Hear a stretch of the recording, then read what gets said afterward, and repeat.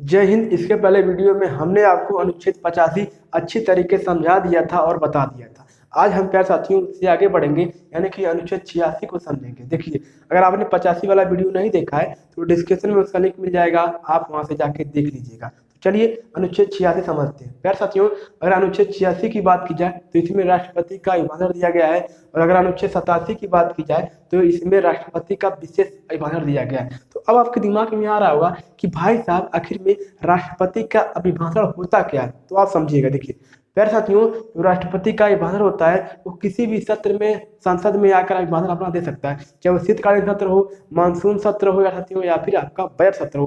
किसी भी सत्र में आकर अपना राष्ट्रपति अभिभाषण दे सकता है। और कहाँ देता है प्यारे साथियों, तो संसद में देता है। और ध्यान से सुनिएगा, संसद में चाहे लोकसभा में देगा या राज्यसभा में देगा, या फिर दोनों को संयुक्त रूप से कोई संदेश देता है, उसे हम क्या कहते हैं, राष्ट्रपति का अभिभाषण कहते हैं। अब यहाँ पे देखिए समझिएगा कि प्यारे साथियों, सदनों का अभिभाषण तथा संदेश भेजने का राष्ट्रपति का अधिकार है। मैंने जो आपको अभी समझाया है प्यारे साथियों, वही है।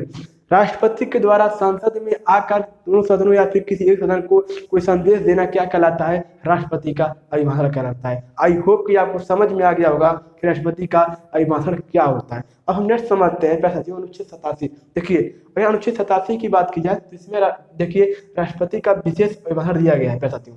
अब विशेष अभिभाषण क्या है वो समझिएगा। देखिए प्यारे साथियों, जो विशेष अभिभाषण होता है प्यारे साथियों, उसमें राष्ट्रपति आकर क्या प्रथम बैठक, यानी कि जो बजट सत्र होता है प्यारे साथियों, वह उसमें आकर जो आपस लोकसभा हो या राज्यसभा हो, दोनों को संयुक्त रूप से एक कोई संदेश देता है, उसे हम क्या कहते हैं, विशेष अभिभाषण किसका, राष्ट्रपति का। इसमें नेक्स्ट देखिएगा, या फिर नवनिर्वाचित लोकसभा का प्रथम बैठक, या फिर देखिए इसमें दो कंडीशन है। पहला कि प्रत्येक वर्ष के प्रथम बैठक जो आपका बजट सत्र होता है। दूसरा नवनिर्वाचित लोकसभा की प्रथम बैठक, यानी कि प्यारे साथियों जैसे आपका 2019 में जो चुनाव हुआ था, पीएम मोदी मतलब मोदी जी आपके जो प्रधानमंत्री बने हैं, जब उनकी सरकार बनी तो जो पहली बैठक होती है प्यारे साथियों, वो राष्ट्रपति आकर विशेष अभिभाषण देता है और एक संदेश देता है कि भाई साहब अपना जो सरकार अच्छी तरीके से चलाइएगा। मतलब जो नई प्रकार की बातें हैं, राष्ट्रपति एक प्रकार का संदेश देता है, उसे क्या कहते हैं, विशेष अभिभाषण कहते हैं। ध्यान सुनिएगा, ये उतना मोस्ट इंपोर्टेंट टॉपिक नहीं है, लेकिन इसमें से क्वेश्चन आपसे कहाँ पूछता है वो समझिएगा। देखिए अगर आपसे क्वेश्चन ये पूछता है कि भाई साहब राष्ट्रपति का जो अभिभाषण होता है या फिर विशेष अभिभाषण है, उसे तैयार कौन करता है, ध्यान सुनिएगा प्यारे साथियों, राष्ट्रपति के अभिभाषण को मंत्रिमंडल तैयार करता है। ध्यान सुनिएगा, आपसे यही क्वेश्चन 100% क्या प्यारे साथियों, आपसे 100% यही क्वेश्चन पूछेगा कि राष्ट्रपति के अभिभाषण या विशेष अभिभाषण को कौन तैयार करता है। तो ध्यान से सुनिएगा प्यारे साथियों, कौन तैयार करता है, राष्ट्रपति के अभिभाषण को प्यारे साथियों आपका मंत्रिमंडल तैयार करता है। अब देखिए मान लीजिए ये आपसे क्वेश्चन पूछ लेता है कि राज्यपाल के अभिभाषण को कौन तैयार करता है, तो प्यारे साथियों क्या, सचिव तैयार करता है। क्या भाई साहब, सचिव होता है वह तैयार करता है। आप इसमें कन्फ्यूज अगर हो जाएंगे तो आपका जो नंबर है कट जाएगा, यानी कि आपका जो क्वेश्चन है वो गलत हो जाएगा। तो कंफ्यूज नहीं होगा, राष्ट्रपति का अभिभाषण प्यारे साथियों को तैयार करता है तो मंत्रिमंडल, और राज्यपाल के प्यारे साथियों तो सचिव तैयार करता है। यहाँ तक आपको अच्छी तरीके से समझ में आ गया होगा।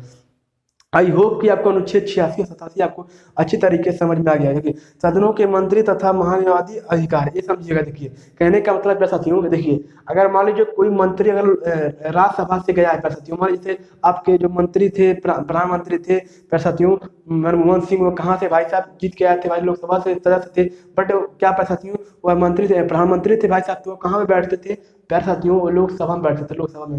कहने का मतलब जितने मंत्री प्यारे साथियों होंगे वो कहाँ पे बैठेंगे प्यारे साथियों, तो वो आपके लोकसभा में बैठेंगे। लेकिन अगर वोटिंग की बात की जाए तो प्यारे साथियों वोटिंग कहाँ पे देंगे भाई साहब, तो वो आपके राज्यसभा में देंगे। भले मंत्री हैं अपना सरकार चलाने के लिए लोकसभा में बैठे हों, मतलब जितनी प्रक्रिया है लोकसभा में करते हो, लेकिन ध्यान से सुनिएगा अगर वोटिंग की बात आए तो प्यारे साथियों कहाँ, वो राज्यसभा में आकर अपना वोटिंग देंगे। आई होप कि आपको अनुच्छेद 86, 87, 88 आपको अच्छी तरीके से समझ में आ गया होगा।